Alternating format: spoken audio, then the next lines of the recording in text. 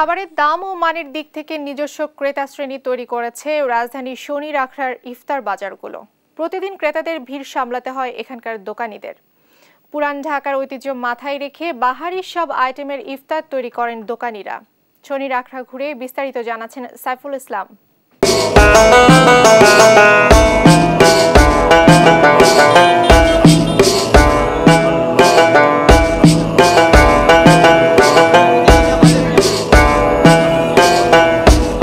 চিনি মিশ্রিত দুধের সাথে ছোট টুকরো করে কাটা তরমুজ মিশিয়ে বানানো হয় শরবতে মোহাব্বত।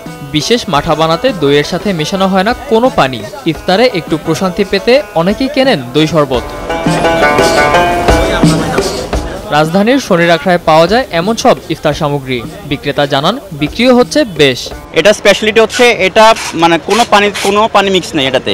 এটা ব্লেন্ডিং করে আমরা দইকে একদম ঘন দইকে ব্লেন্ডিং করে তারপর এটা মিক্স করি। এটা দেখাও তো, এটা থিকনেসটা একটু দেখেন। এটা হচ্ছে একদম পুরা আমরা যে কুমিল্লার রসমলাইটা খাই এটার মতো একদম ঠিক। এটা মানে কাস্টমার খেলে মনে করবে যে ফুল ক্রিম খাচ্ছে কোনো একটা। তো বেসিক্যালি এটার প্রাইস হচ্ছে পার লিটার 400 টাকা।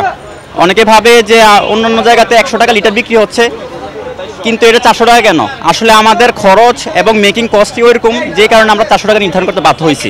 এটা যদি একবার কাস্টমার খায় আবার খাইতে চাইবে। আমাদের এখান থেকে প্রত্যেকদিন 20 লিটারের উপরে আমাদের বিক্রি হচ্ছে। অন্যান্য দোকানগুলোয় ইফতারের মূল আকর্ষণ কাবাব আর হালিম। 5 টাকার আলুর চপ পেঁয়াজু থেকে 600 টাকার ইফতার আইটেম পাওয়া যায় এখানে।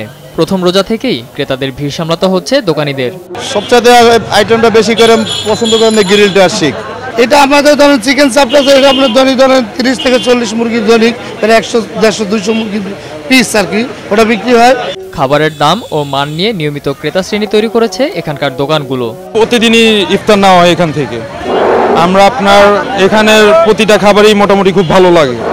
বিশেষ করে আপনার জিলাপি আর হালিমটা বেশিরভাগ নেওয়া হয় এখান থেকে। এদের ইফতার মোটামুটি মানসম্মত, খাওয়ার মতো ভালোই সুস্বাদু। তার আইটেম যদি বাইরে না থাকে তখন আমি এখান থেকে নিয়ে যাই। প্রতিদিনের বানানো ইফতার প্রতিদিনই শেষ হয়ে যায় বলে জানান দোকানীরা।